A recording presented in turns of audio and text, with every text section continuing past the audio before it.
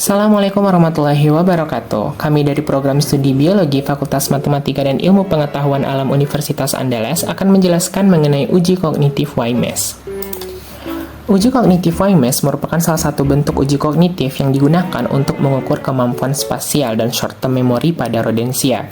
Nah, prinsip kerjanya, secara normal tikus atau mencit itu akan memiliki dorongan alamiah untuk mengeksplor lingkungan baru. Sementara itu, tikus dengan adanya gangguan kognitif ataupun faktor stimuli lainnya akan mempengaruhi kemampuan eksplorasi dan memori mencit saat pengujian.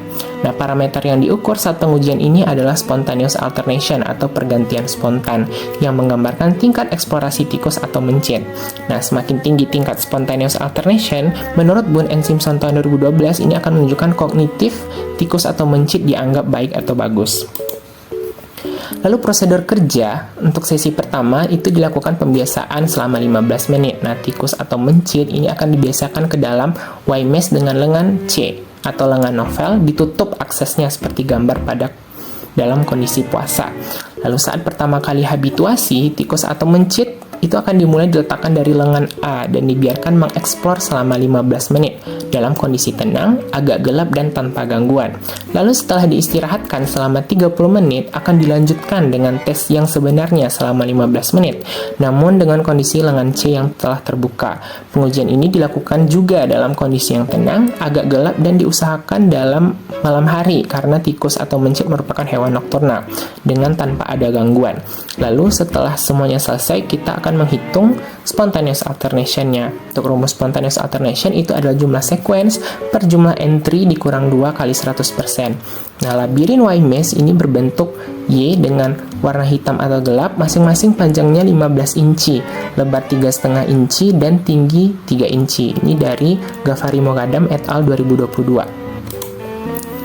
Lalu ada sequence. Sequence ini merupakan entry yang berturut-turut, contohnya ABC, CBH, dan CAB. Nah, maksudnya ABC itu artinya tikus awalnya dari lengan A menuju lengan B lalu ke lengan C. Lalu yang tidak dimasukkan ke dalam sequence itu adalah contohnya AAA, BCB, dan ABB. Lalu entry itu adalah lengan yang dijelajahi atau yang di-enter. Lalu contohnya entry itu ada lengan A, lengan B, dan lengan C. Nah, untuk menghitung spontaneous alternation atau SA, itu adalah total sequence per total entry kurang 2 kali 100% dengan standar SA itu adalah di atas 50%. Nah, spontaneous alternation ini dapat dianalisis dengan software Animes ataupun dengan analisis manual. Nah, contoh kita menganalisis manual, setelah nanti tikus akan menjelajahi WIMES saat hari tes, nah, akan didapatkan seperti ini, BCAA, BCB, dan seterusnya. Nah, dari semua ini, itu sekuensi yang terbentuk yang ada adalah BCA, ABC, BCA, ABC, ACB, dan BCA. Nah, totalnya itu adalah 6 sekuens. Nah, total entry-nya itu adalah 20 dengan masing-masing lengan A sebanyak 5, lengan B sebanyak 6, dan lengan C sebanyak 9. Nah, total spontaneous alternation-nya itu adalah 6, sequence-nya 6 per 20 entry dikurang 2, 18 kali 100%. Lalu akan didapatkan spontaneous alternation-nya itu adalah 33,3% yang menunjukkan low exploration atau eksplorasi yang rendah.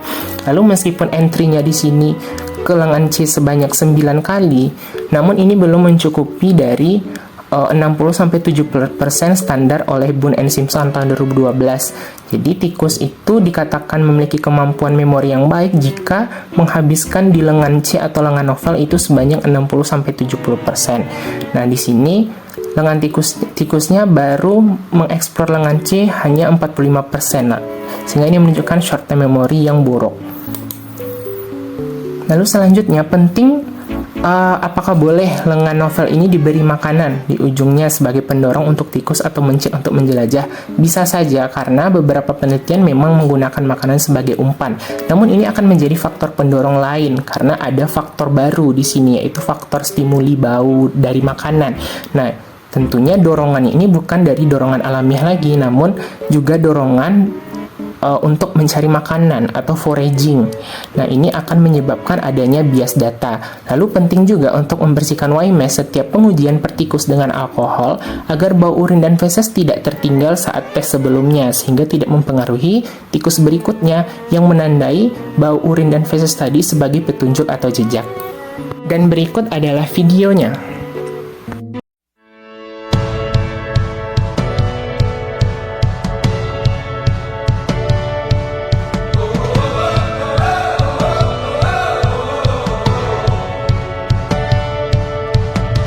I feel like new sunglasses, like a brand new pair of jeans. I feel like taking chances.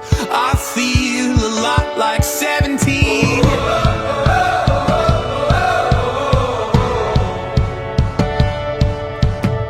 I feel like windows roll down new city streets and cabs. I feel like anything can happen, laughing. You take me right back when we were kids. Never thought I'd feel like this. Like when I close my eyes and